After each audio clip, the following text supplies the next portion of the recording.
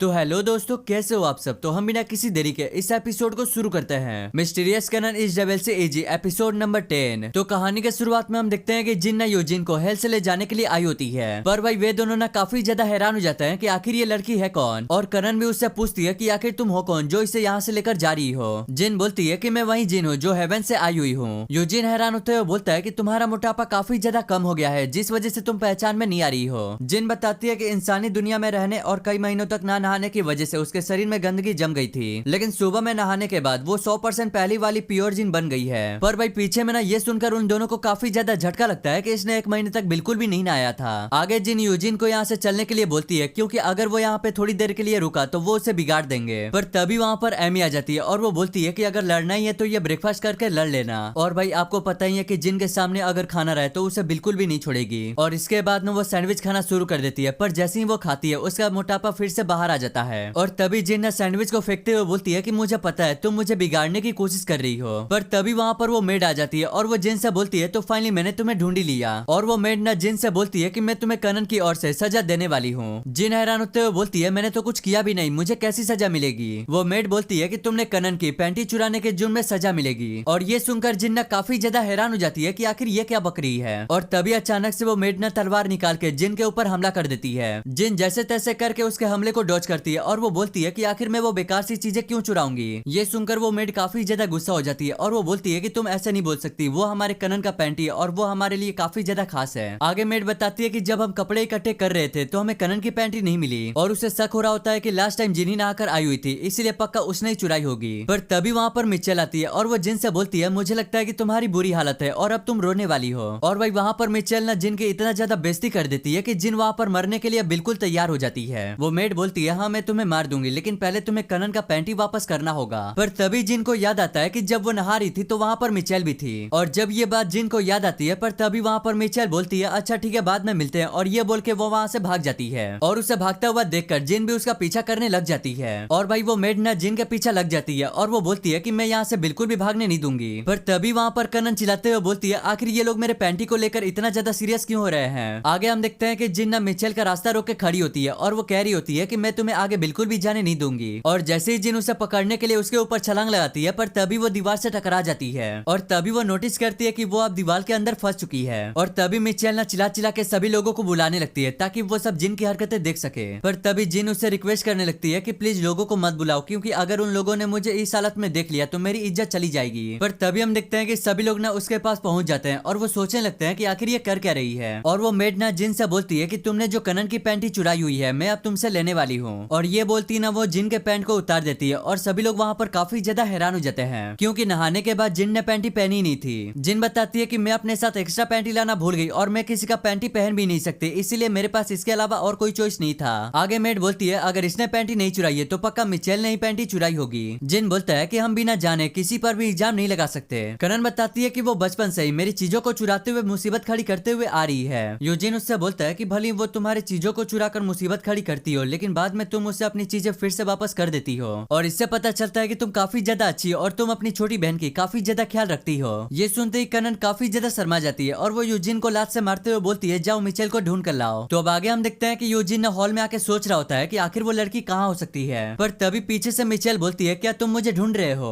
और जैसे ही यूजिन उसका पीछा करते हुए उस रूम में जाता है, बंदा देखता है कि लड़कियां ना कपड़े बदल रही है और उसे देखकर ना वो लड़कियां गुस्सा हो जाती हैं और उसे मारने के लिए पीछे पड़ जाती हैं। यूजिन उनसे बचने के लिए एक चिमनी के अंदर घुस जाता है और जैसे ही वो अंदर आता है तभी उसे एक लीवर दब जाता है और वो दूसरी जगह शिफ्ट हो जाता है। दूसरी तरफ हम मिचेल को देखते हैं जहाँ पे वो कह रही होती है कि इस रूम को कोई भी नहीं ढूंढ पाएगा क्योंकि ये मेरा एक सीक्रेट है। और तभी गोल गोल घूमते हुए यूजिन उसके पास आता है। मिचेल उसे देखकर काफी ज्यादा हैरान हो जाती है कि आखिर वो उसके रूम में कैसे आ गया। मिचेल यूजिन से बोलती है कि अगर तुम मेरे रूम से अभी नहीं गए तो मैं कनन से बोलूंगी कि तुम मेरे साथ जबरदस्ती की। पर यूजिन उससे इग्नोर कर रहा होता है और मिचेल उससे बोलती है कि इधर उधर चीजों को घूरना बंद करो। और यूजिन यहाँ पर नोटिस करता है कि यहाँ पर जितने भी सारे चीजें हैं वो सब कनन के हैं। और तभी यूजिन मिचेल से बोलता है तुम कनन को काफी ज्यादा पसंद करती हो है ना। तो तभी सीन कट होता है और हमें बचपन का सीन दिखाया जाता है जहाँ पर हम देखते हैं कि कनन और मिचेल ना बाहर घूमने के लिए आए होते हैं। और तभी कनन मिचेल से बोलती है कि अब हमें घर जाने का टाइम हो गया है। मिचेल वहाँ पर भागते हुए आती है और उसे फ्लावर देते हुए बोलती है ये तुम्हारे लिए। और ये देखकर कनन ना काफी ज्यादा खुश हो जाती है। अगले सीन में हम देखते हैं कि मिचेल ना कनन के रूम में उदास होकर बैठी हुई होती है। मिचेल अपने मन में बोलती है कि जब से कनन पढ़ाई में बिजी हुई है तब से हमारा साथ बैठना कम हो गया है। पर तभी मिचेल की नजर न कनन के कपड़े के ऊपर जाती है। मिचेल वहाँ पर उस आउटफिट को पहन लेती है और वो सोचती है कि वो बिल्कुल कनन की जैसी लग रही है। पर तभी कनन ना उस रूम में आ जाती है और मिचेल ना उसे देखकर काफी ज्यादा हैरान हो जाती है और वो वहाँ से भागने लगती है। कनन भी उसका पीछा करने लग जाती है और उसे रुकने के लिए बोलती है। मिचेल उससे बोलती है कि मुझे माफ करना, लेकिन मैं ये तुम्हें अब कपड़े बिल्कुल भी नहीं देने वाली। कनन वहाँ पर दौड़ते दौड़ते थक जाती है और उसे बोलती है अच्छा ठीक है तुम रख सकती हो। और ये देखकर मिचेल ना काफी ज्यादा उदास हो जाती है। मिचेल अपने मन में बोलती है कि हम दोनों साथ रहने का ये सबसे अच्छा मौका है, तो मैं नहीं चाहती कि तुम थक जाओ। और तभी वहाँ पर मिचेल ना उसे चिढ़ाते हुए बोलती है, जबकि उसे चिढ़ाने बिल्कुल भी नहीं आ रहा था फिर भी उसे चिढ़ाती है। और वो उससे बोलती है कि तुम एक छोटी बच्ची से हार गई, तुम तो एक बहुत बड़ी लूजर हो। और उसकी बात से ना कनन काफी ज्यादा गुस्सा हो जाती है। ये देखकर मिचेल अपने मन में बोलती है ये भी एक ऐसा चेहरा है जो सिर्फ मुझे ही देखने को मिलता है। मिचेल बताती है कि मुझे वो चेहरा इतना ज्यादा पसंद है कि मुझे वो बार बार देखने के लिए मैं उसकी चीजें चुरा लेती हूँ, और ये बात किसी को भी पता नहीं है क्योंकि ये मेरा एक राज है। तो इसके बाद सीन प्रेजेंट में आता है और यूजिन उससे बोलता है तो इसका मतलब कि तुम सेंपाई को पसंद करती हो, है ना? मिचेल अपने मन में बोलती है मैं नहीं चाहती थी कि किसी को भी मेरे फीलिंग्स के बारे में पता चले, और अगर सभी को इसके बारे में पता चल गया तो मुझे समझ ही नहीं आ रहा कि मैं कनन के सामने कैसे बिहेव करूंगी। यूजिन उससे बोलता है लेकिन तुम सेंपाई को प्यार करती हो, है ना? मिचेल उससे बोलती है बिल्कुल भी नहीं, और आखिर तुम ये सब देखकर कैसे कह सकते हो? यूजिन उससे बोलता है कि तुम उसके चीजों को इसलिए चुराती हो क्योंकि तुम उसे प्यार करती हो। और तभी यूजिन ने उसके हाथ की तरफ इशारा करते हुए बोलता है कि तुमने अपने हाथ में जो संभाल के रखी हुई हो इससे पता चलता है कि तुम उसे प्यार करती हो। ये देखकर मिचेल रोते हुए बोलती है मुझे लगता है कि अब मेरा सच सबके सामने आ जाएगा।